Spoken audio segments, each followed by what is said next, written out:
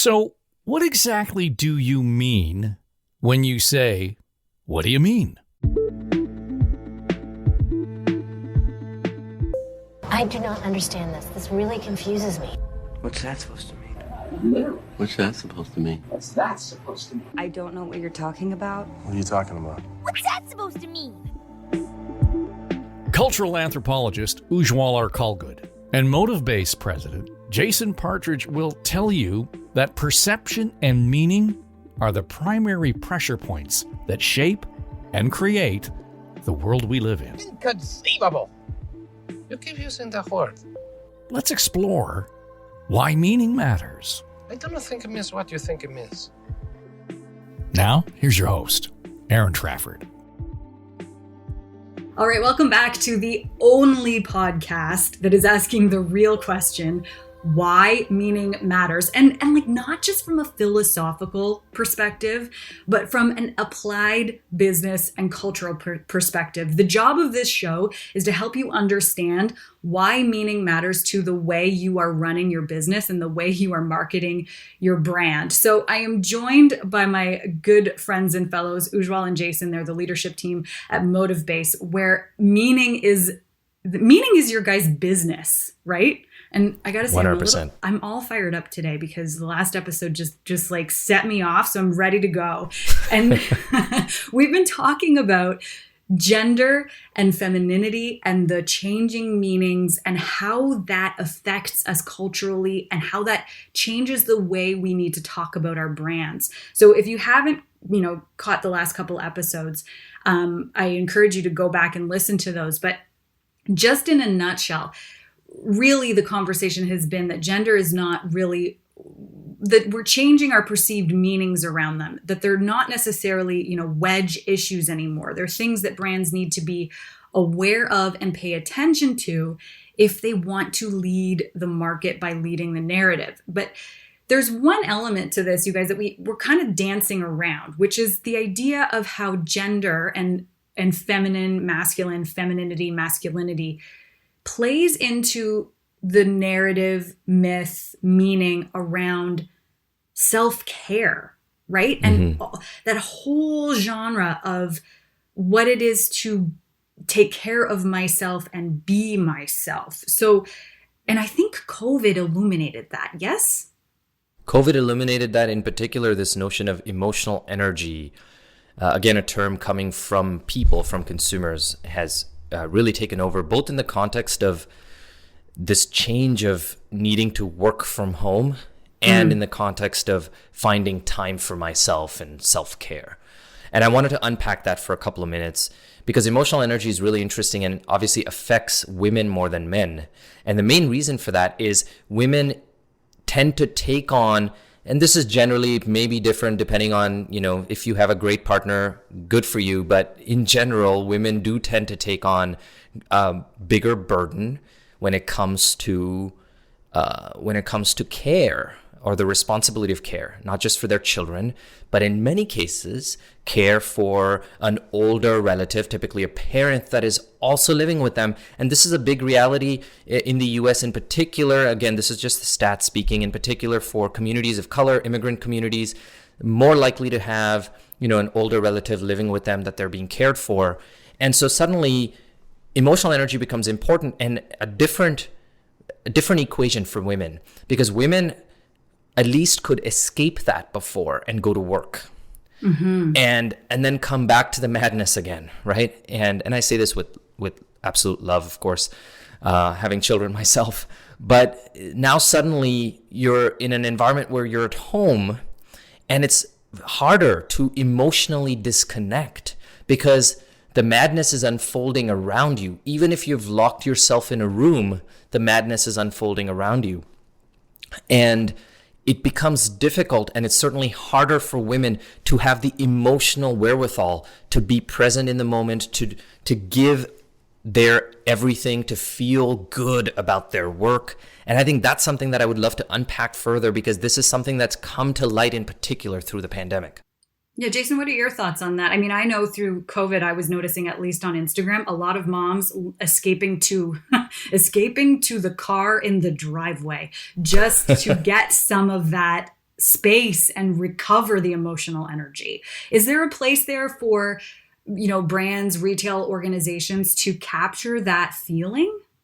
I mean, I think it's important that we're taking a look at it. I think we're really in its nascency right now. It's so brand new, and again, we're seeing such a shift in the way we think about work and we think about the workplace. Mm-hmm. We think about again, that division of church and state, as they say.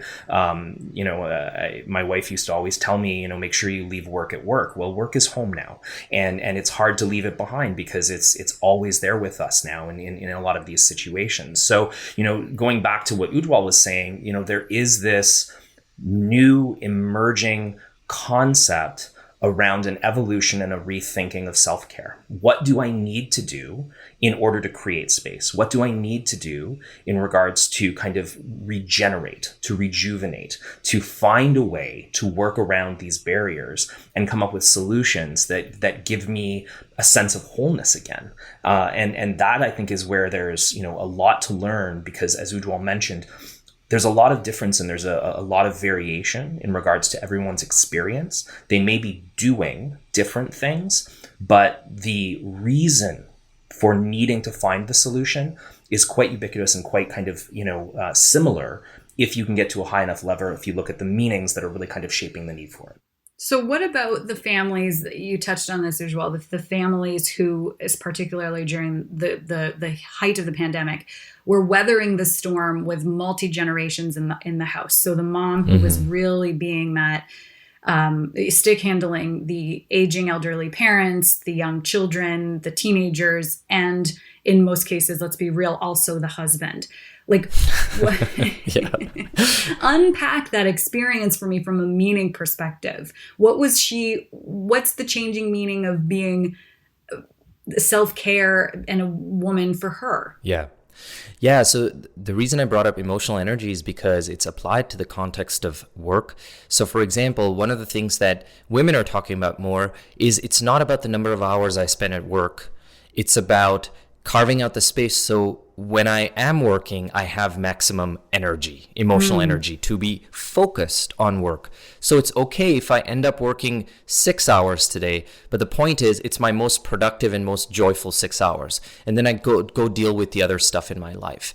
And the reason I bring this up is because it is impacting the future of work, because obviously employees saying this isn't enough, right? Their bosses and the powers that be at these organizations also need to think about what is acceptable, what is, sort of the new norm, so to speak, in terms of how we work and how we encourage people to work so that they feel good about the time spent doing the thing. I mean, whether we like it or not, most of us spend most of our, lives awake working. So, how do we make sure that it's the most fulfilling time? I think that's a key question here. Does that mean 4-day work week? Is that what we're talking about? I think it depends. I mean, we have a client who's a VP of innovation, and, given this situation, she now wakes up at 4 a.m. and she starts work at 4:30, and she hammers through the beginning of her day, because that's when it's the quietest in the house. That's when she has the most amount of energy, and she stops work at 2 p.m. and she takes time to basically spend time with her children at the end of the day. Would that have been possible when she was going into an office? Would that have been as flexible? The answer is no, but this has now created an opportunity for her to think about, how do I shape my day so that it works better for myself and for my family, and allows me to actually excel at what I do. Again, she's not getting emails at 4:30 in the morning. So it allows her to focus on some of the tasks that she's looking to do. So, whether or not it is, kind of thinking about the 4-day work week, or whether or not it's just thinking about how we shape and structure our time, in order to better serve the kind of the responsibilities that we have, within that household. I think you just described my life. I think I am that woman, because I am a 5 a.m. riser and I like to just do everything till 2. And I was having a conversation with a client the other day, and we were talking about our definition of success. And I said, what success for me is a bath at 2 o'clock on a weekday, because that signals to me the end of my day, and that's my time now. And it's a reset. But what we're really getting around is being aware of the rhythm of being a human, that for so long we were stuck in this Monday to Friday, 9 to 5, like, you know, that's what we do. But we're becoming more aware that as humans, we are all on different rhythms. I love that. The rhythm of being human, and then an increased awareness of the rhythm of, you know, sort of being a woman in the workplace, the rhythm of being a man, the differences that has. And then, of course, the rhythm of being somebody who doesn't fall into one of these binary definitions as well, right? Because that also feeds into the broader conversation we're having, because we have to be able to make space for people to feel comfortable to establish that rhythm that works for them. I think that's really what we're getting to. And by no means, you know, by the way, we study meanings around this stuff. We also quantify and study how mature they are. By no way are we suggesting that this is already mainstream. These are all things that are early in their development cycle. And I think Jason alluded to that earlier. But the point of talking about this is that these are all the things that we need to be thinking about for our businesses. If we're leaders of organizations, of people in particular, this is very, very important.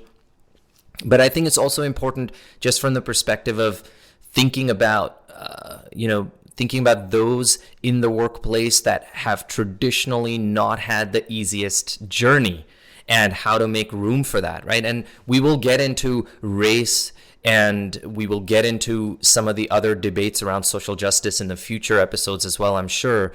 But all of that plays a role in here. I also think that it's changing the expectation around reward. Like, Erin, you talked about your reward is that bath, right? The reality is that self-care and shifts in self-care are changing expectations in regards to what people think they deserve. You know, now again, that may change, you know, me deciding I'm not going to make dinner tonight and I'm going to say to my wife, let's treat ourselves and order food in, which has an impact on grocery, which has an impact on QSR, which has an impact across the food chain as people do this more and more and more. But it also has an impact on everything from, am I treating myself with personal care products? Am I finding ways to kind of shift what I'm thinking? Am I a server that's not going to go back and work at a restaurant because I deserve better? These are impacting small moments. These are impacting big shifts. And these are all things that are tied together. I think this is brilliant. Like what you just said, Jason, kind of puts a bow on everything for me. From, you know, a few episodes ago when we started to talk about gender to the last episode when we really talked about feminism, at the core of this is, at the individual level, what I'm hearing you say is a belief in dispelling the myth of the unworthiness, that we are worthy and deserving of self-care as per our own definitions and rhythms, and that it's okay to ask that of the world around us. I mean, that's maybe that's pie in the sky, but that's what I'm hearing you say. Not at all. Yeah, that's brilliant. All right. Well, mic drop. Can we do that on a podcast? I think that would make too much interference. Okay, so here's the other thing that I want to talk about, because we're not getting, I want to talk about this mainly because it happened to me when we were at the beach with the kids on the weekend, but we got to talking about all of these issues within the context of what our kids are gravitating towards in pop culture right now. So, you know, superheroes, the Avengers, my little girl is obsessed with Wonder Woman. And because we've been doing this show, all of a sudden I'm starting to look at it as like, what does that mean that she likes Wonder Woman? So I kind of want to do an episode about pop culture, what it means to be a hero, and how what does that mean for our kids and how we're talking about things.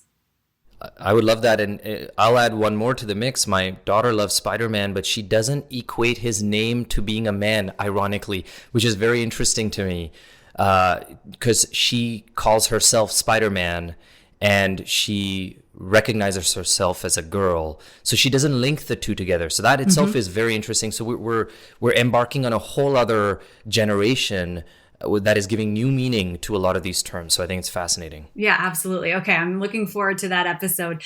Hey, listen, if you're loving the show, please drop us an email, hello@storystudionetwork.com, and we'll get your comments onto the show. And also remember to like, share, and subscribe if you're enjoying us as well. And we'll be here next week, same time. Thanks for listening to Why Meaning Matters. with Ujwal Arkulgud, Jason Partridge, and your host, Aaron Trafford. Inconceivable! You keep using that word. I don't think it means what you think it means. Why Meaning Matters is produced for Motive Base and the Story Studio Network by Eye Contact Productions.